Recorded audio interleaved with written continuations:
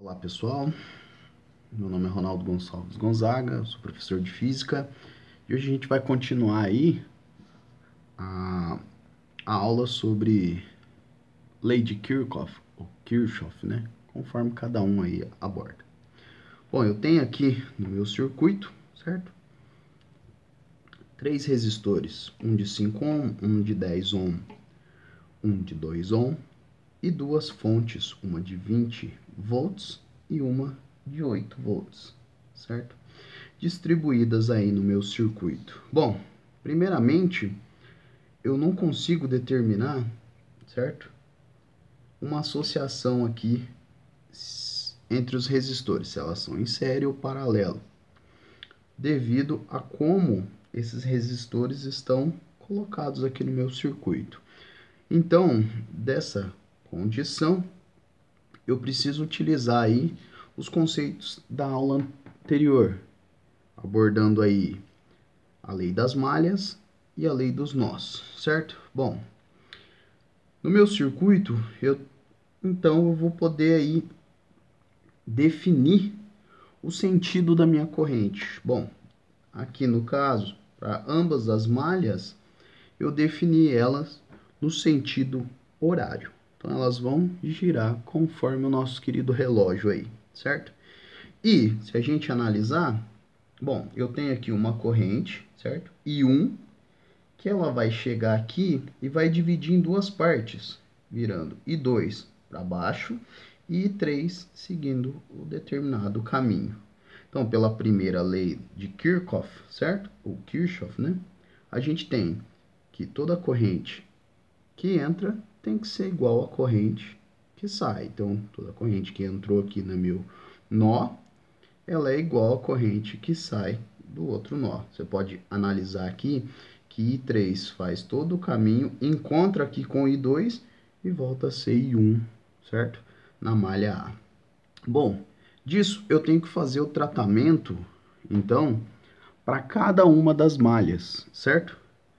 Então eu vou pegar aqui, primeiro, para a malha A, eu tenho aqui, então, uma fonte.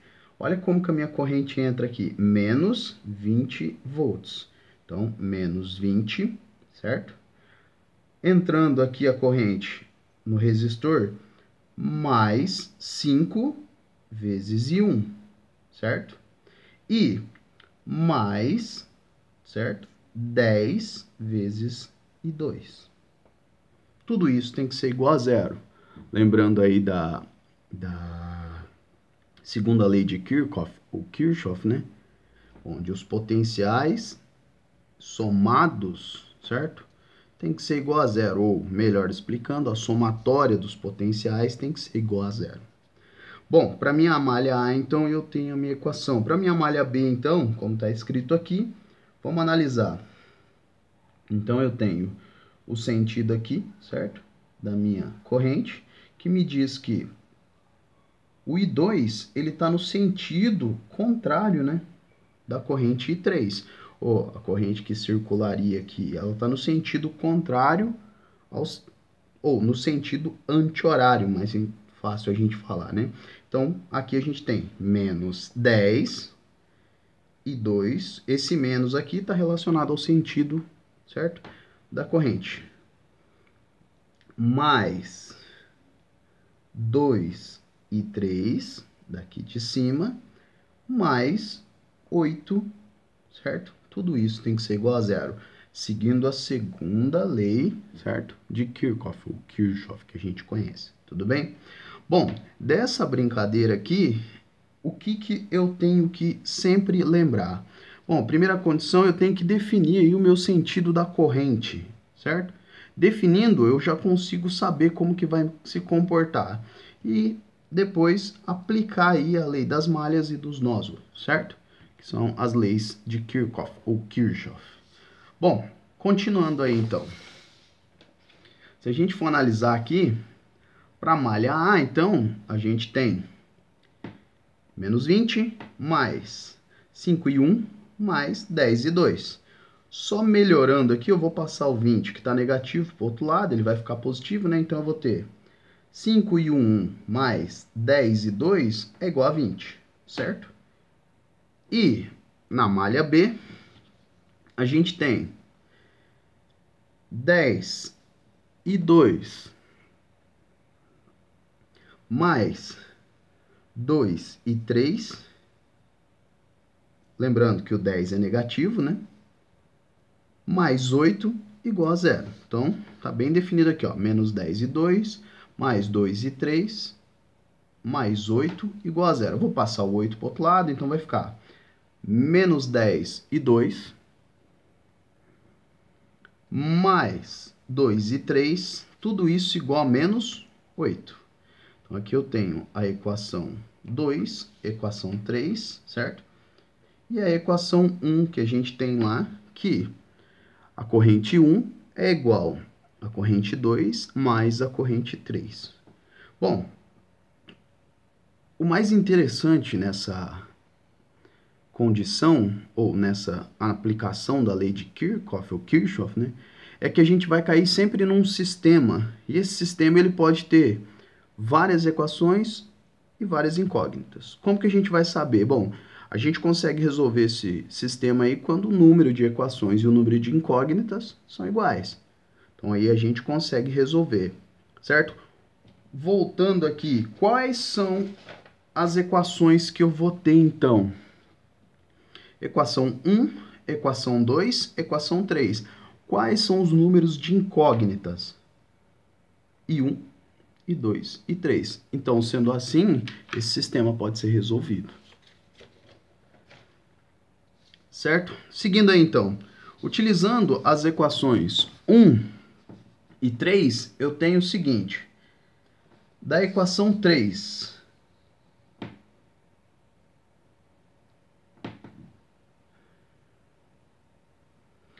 Da equação 2, na verdade, né? Da equação 2, eu vou ter aqui 5, certo? E 1 mais 10 e 2 igual a 20, lá da equação 2, certo?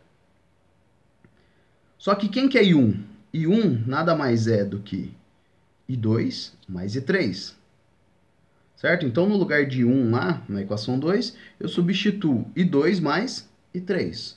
Assim, eu vou ter 5 que multiplica I2 mais I3, certo? Mais 10, tudo isso, mais 10 e 2, né? Tudo isso igual a 20. Tudo bem? Então,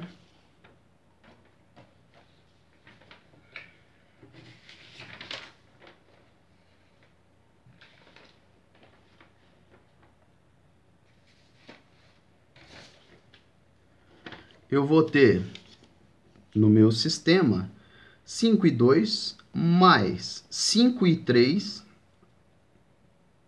mais 10, tudo isso igual a 20. Bom, isso aqui é dependente de 2. Isso aqui é dependente de 2. Então, eu posso reorganizar esses termos, certo? Então, eu vou ter 15 e 2 mais 5 e 3, tudo isso igual a 20. Assim vai ficar bem mais fácil. Eu já reduzi de 3 equações para 2 equações e 2 incógnitas, no qual tanto para a equação 2 e 3, eu vou ter somente, certo? A dependência de I2 e I3, certo? Caindo assim num sistema. É muito mais tranquilo quando eu tenho um sistema pequeno e uma menor quantidade, certo? De incógnitas que eu quero encontrar. Bom, disso daí, o que eu posso fazer? Bom, no meu sistema aqui, eu tenho 15 e 2, mais 5 e 3, tudo isso igual a 20, como a gente já abordou ali na junção da equação 2 com a equação 1, certo?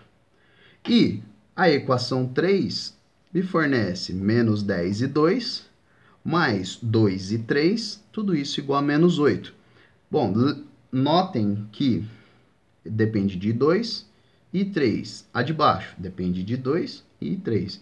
Então, a gente tem esse sisteminha. Como que eu vou resolver esse sistema? Bom, Se eu multiplicar a linha de cima, ou a equação aqui de cima, por 2, e a equação de baixo, certo? Por 5, eu vou chegar nessa condição, onde temos aí, ó, 2 vezes 15, 32, 2 vezes 5, 10 e 3, certo? Então, eu tenho tudo ok. 2 vezes 20, 40. Então, tenho 32 mais 10 e 3, tudo isso igual a 40. E embaixo, na equação de baixo, 5 vezes 10 negativo, então eu vou ter menos 52 mais 5 vezes 2, 10 e 3, certo? Tudo isso igual a 5 vezes 8, negativo, então vai dar menos 40, né? Menos 40. Tudo bem? Tá, mas por que eu cheguei nessa condição? Bom,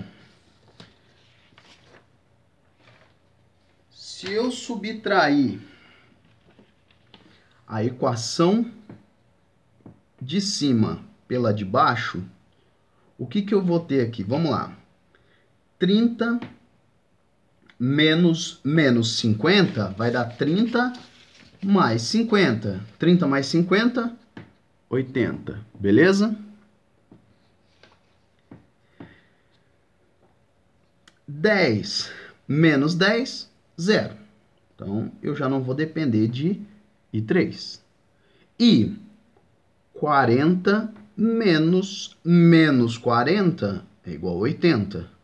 O que me sobra, então? 82 é igual a 80. Assim, eu concluo que I2 vale 1 ampere. Bom, beleza? Achei o valor de I2, isso é bom. Se I2 vale 1 ampere, para eu encontrar I3, então, só simplesmente eu substituir, né? I2 em uma das equações, certo? No caso aqui, eu peguei a equação 2. Vamos lá, 32 mais 10 e 3 igual a 40. Mas quem é I2? I2 não é 1? 30 vezes 1, 30. Mais 10 e 2, mais 10 e 3, né? Tudo isso igual a 40. Então, vamos passar esse 30 para o outro lado, né? Então, 10 e 3 é igual a 40 menos 30. 10 e 3 vai ser igual a 10, certo? E quanto que vale 3, então? 1 ampere. Bom, se eu já encontrei o valor de I2 e I3, quem que está faltando? I1, né? Bom, quem que seria o I1, então? Eu volto lá na minha equação 1 e obtenho dela I1 é I2 mais I3.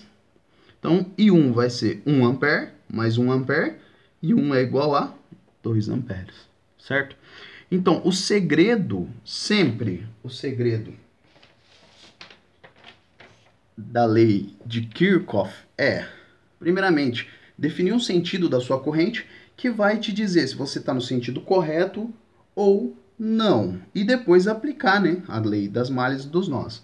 Bom, como eu abordei aqui o sentido horário, certo? Eu consegui ver que I2 está correndo no sentido certo, I3 está também no sentido correto e 1 no sentido correto. Bom, se algum daqueles valores ali, certo?